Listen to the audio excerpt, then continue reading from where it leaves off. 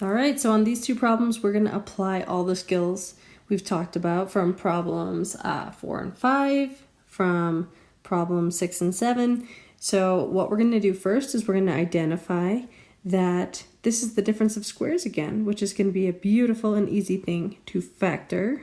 X plus 9, oh, sorry, got too excited. X plus 3, x minus 3. Remember, it's the square root of that second one. And it equals 0. So if I'm going to solve this, which it's asking me to do, I'm going to use the zero product property.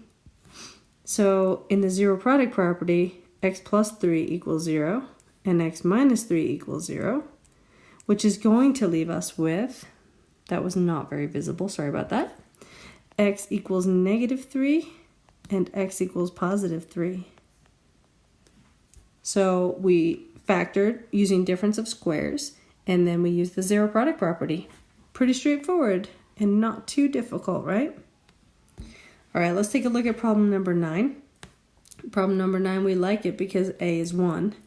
So we're looking for the factors of a times c, which is just c, so 36, that add to negative 12. Well, hopefully you guys knew that 6 times 6 is 36, and 6 plus 6 is positive 12. So in order for them to add to negative 12, I'm going to make those both negative, since a negative times a negative is also a positive. What we're going to end up with here is z minus 6 times z minus 6. So those are both the same, and some people like to write it, sorry, that was separate, like z minus 6 squared, like this, equals 0, which is the same exact thing. But in any case, we're still going to use the zero product property. Z minus 6 equals 0. So that z is going to equal positive 6. Now, what this would look like on a graph, because you're probably wondering, the other one I drew a parabola and showed you the 2 points of intersection.